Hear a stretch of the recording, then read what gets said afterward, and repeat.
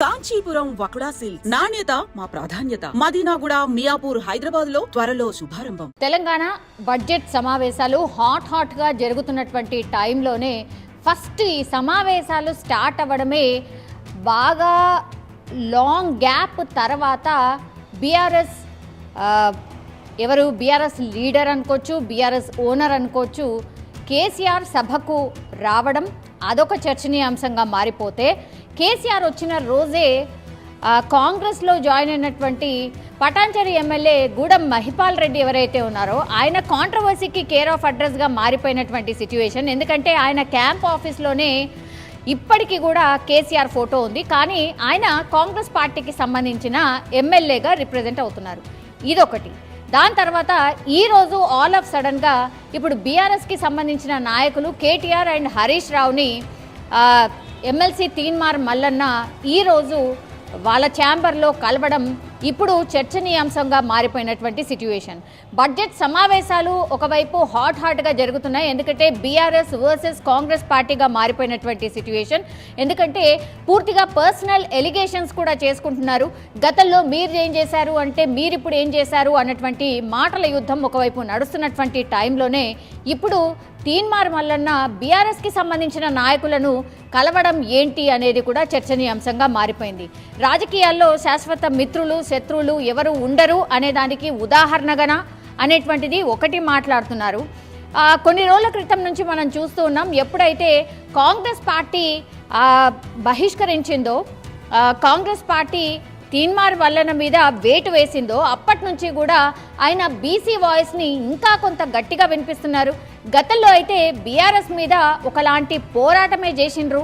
అట్లాంటి పార్టీ ఏదైతే ఉండిందో తిట్టు అంటూ ఏది లేదు. బీఆర్ఎస్ పార్టీని అంత భయంకరంగా తిట్టిన తర్వాతనే నా చేతుల మీదనే బీఆర్ఎస్ని ఓడించడం, ఆ తర్వాత కాంగ్రెస్ పార్టీని గెలిపించాను అన్నటువంటి మాట పదే తీన్మార్ మల్లన్న చెప్తున్నటువంటి టైంలోనే ఏ నోరుతో అయితే తీన్మార్ మల్లన్న బీఆర్ఎస్ పార్టీని తిట్టిండ్రో అదే పార్టీకి సంబంధించిన లీడర్స్ని ఇప్పుడు అసెంబ్లీ ప్రాంగణంలో కలవడం అనేది ఇప్పుడు చర్చనీయాంశంగా మారిపోయిన పరిస్థితి.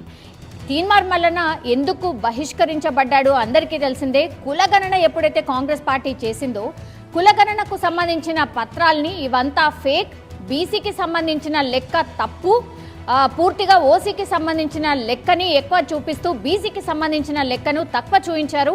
కులగణన పూర్తిగా ఫేక్ అంటూ ఆయన పూర్తిగా కులగణనకు సంబంధించిన పత్రాలని కాల్ చేయడం జరిగింది. అట్లాగే బీసీకి సంబంధించిన నాయకులు ఎవరైతే ఉన్నారో వాళ్ళందరికీ కూడా పిలుపునిచ్చారు, ఇది కులగణన వేస్ట్ కులగణన, మీరు కూడా వీటిని చించేయండి, కాల్ చేయండి అన్నటువంటి పిలుపునిచ్చిన నేపథ్యంలో మొన్న మీనాక్షి నటరాజన్ ఇప్పుడు కాంగ్రెస్ పార్టీ కొత్త ఇన్ఛార్జ్, ఆమె వచ్చిన వెంటనే ఇప్పుడు తీన్మార్ మల్లన్న ఎవరైతే కాంగ్రెస్కి సంబంధించిన ఎమ్మెల్సీ ఎవరైతే ఉండనో ఆయన మీద వేటు పడింది. ఒక రకంగా కాంగ్రెస్ పార్టీలో ఎవరైతే వాయిస్ అంటే పార్టీకి వ్యతిరేకంగా వినిపిస్తారో వాళ్ళ మీద ఇట్లాగే వేటు వేయబోతున్నాం అనే సంకేతాలు ఇచ్చినటువంటి సిచ్యువేషన్ అయితే కనిపిస్తోంది. ఇప్పుడు ఏకంగా బీఆర్ఎస్ పార్టీకి సంబంధించిన నాయకులని తీన్మార్ మల్లన్న కలవడం ఏంటి అనేది అతిపెద్ద చర్చ. ఈరోజు అసెంబ్లీ సమావేశాల్లో బీసీకి సంబంధించిన బిల్ ముందుకు రాబోతోంది. సో దీనికి మద్దతు ఇవ్వాలంటూ ఆయన బీఆర్ఎస్కి పార్టీకి సంబంధించిన కేటీఆర్ అట్లాగే హరీష్ రావుని కలిసినట్టుగా చెప్తున్నారు. రేవంత్ రెడ్డికి వ్యతిరేకంగా మీరు నాకు మద్దతు పలకాలి అనేటువంటి రిక్వెస్ట్తోని వాళ్ళిద్దరు నాయకులని కలిసినట్టుగా చెప్తున్నారు. కానీ ఇంతవరకు కూడా బీఆర్ఎస్ పార్టీకి సంబంధించి ఒక్కసారి కూడా పాజిటివ్ లైన్ మాట్లాడని తీన్మార్ మల్లన్న ఒక్కసారిగా వాళ్ళ ఛాంబర్లకు వెళ్ళి వీళ్ళను కలవడం ఏంటి? ఇప్పుడు definitely Teenmar Mallanna okay voice చెప్తాడు, బీసీకి సంబంధించి బీసీలకు న్యాయం జరగాలంటే ఏ పార్టీనైనా కలుస్తాను, ఎవరైతే నాకు మద్దతు ఇస్తారో వాళ్ళందరినీ కలుపుకొని వెళ్తాను, బీసీలకు న్యాయం జరగాలి, బీసీలు ఎదగాలి, రాజకీయంగా కూడా రాణించాలి, ఇదే నా మెయిన్ ఎజెండా అనే మాటని డెఫినెట్లీ ఇప్పుడు తీన్మార్ మల్లన్న వినిపిస్తున్నటువంటి టైంలో ఇప్పుడు తీన్మార్ మల్లన్న ఒక్కసారిగా బీఆర్ఎస్ పార్టీకి సంబంధించిన నాయకులు కలవడం, అది కూడా కేసీఆర్కి తెలవకుండానైతే డెఫినెట్లీ ఉండదు అనే మాట కూడా వినిపిస్తోంది. మరి కేసీఆర్ ఎందుకని ఆ కుటుంబాన్ని కావచ్చు, లేదంటే బీఆర్ఎస్ పార్టీని కావచ్చు, అండ్ బీఆర్ఎస్ పార్టీని ఓడించడానికి సాయశక్తుల కృషి చేసినటువంటి ఒక 2-3 మీడియా హౌజెస్లో ఆర్ ఈ సోషల్ మీడియా హౌజెస్లో తీన్మార్ మల్లన్న ఛానల్ కూడా ఒకటి. అండ్ ఆయన గతంలో కూడా తీన్మార్ మల్లన్ని కావచ్చు, లేదంటే రఘుని కావచ్చు, ఇట్లా కొన్ని కేసెస్లో కూడా వాళ్ళని అరెస్ట్ చేశారు. ఇవన్నీ కూడా మర్చిపోయాడా తీన్మార్ మల్లన్న అనేది కూడా కొంతమంది క్వశ్చన్ చేస్తున్నారు. బీసీకి సంబంధించిన వాయిస్ని గట్టిగా వినిపిస్తున్న తీన్మార్ మల్లన్నకు కూడా పూర్తిగా మద్దతు అయితే లభించట్లేదు.